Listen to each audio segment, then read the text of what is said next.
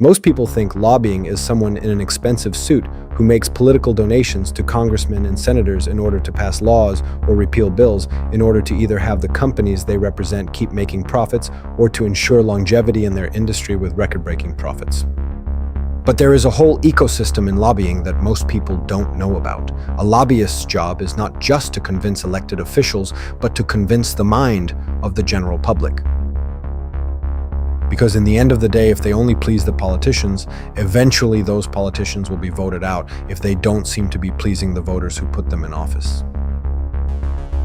A March 2nd, 2026 report from Legistorm indicates that the overall number of registered lobbyists in Washington, D.C. topped 14,000 in 2025. There are 435 congressmen and 100 senators.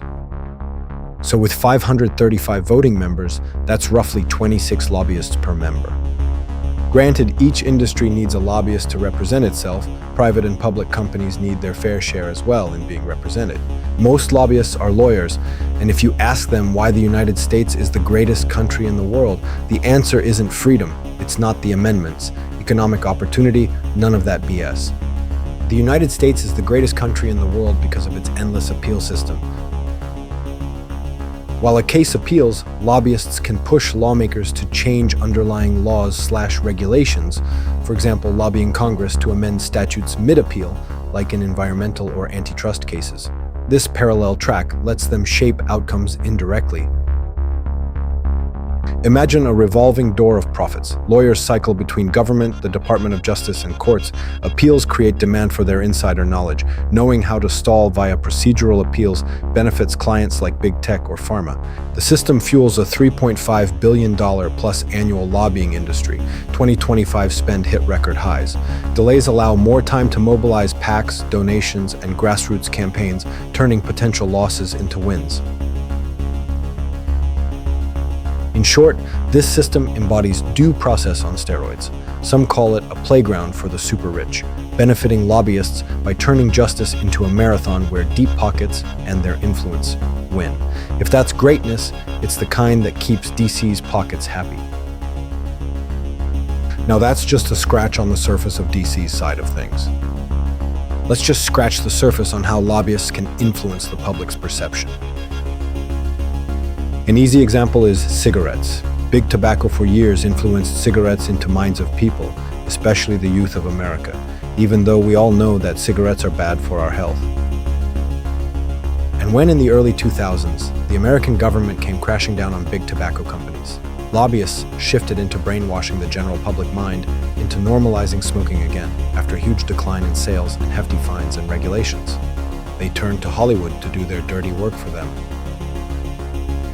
Once the birth of the streaming service came to light, aka Netflix and Friends, there was an opportunity to bring back cigarettes onto the screen again. Best of all, a streaming service didn't have to follow FCC regulations. And at the time when Netflix Studios was still a relative small production company compared to the giants at the time like Paramount, Warner, and Fox, it was easy for Big Tobacco to throw money at Netflix to have their actors smoke on screen. And once that system worked, it didn't take long for other industries to follow the same strategy. For example, the oil industry, hammered by climate regulations, emissions rules, and growing public concern over global warming, didn't just lobby politicians. They flooded think tanks, ads, and media narratives to downplay risks and reframe fossil fuels as indispensable. They've spent decades pushing energy independence, natural gas as a clean bridge fuel, and doubt about climate science through funded campaigns and subtle messaging. In pop culture, you see it in films and shows that glorify oil-rich lifestyles, high energy consumption, or heroic resource extraction, making big oil feel like the backbone of modern life rather than a climate threat.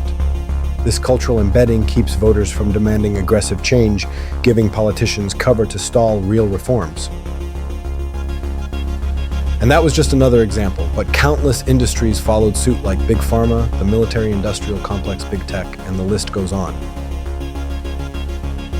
And now even worse, where they have influenced colleges and universities where they pay vast amounts of money to input whatever bias they want on multiple studies.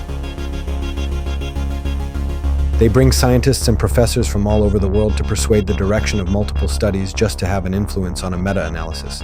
They could even have scientists make it seem like gravity doesn't exist. For over 50 years, they had studies that proved no correlation between smoking cigarettes and lung cancer. For over 40 years, the sugar industry tampered with studies to blame saturated fat for cardiovascular diseases and diabetes by paying the scientists of the studies no more than $50,000 American dollars and not blame sugar. And what do we see now in our algorithms? So many YouTubers and TikTokers come out with a new video about a new study of either something that is good for us or bad for us, with the end result of having an industry rack up billions. And today, even doctors and researchers are all brainwashed because the own studies that give their own credentials have been tainted. Because scientific facts and theories can be distorted in so many ways, just like the appeal court system. And just like that, the public's perception is driven whatever way they want, just as easy as directing money to the right politician.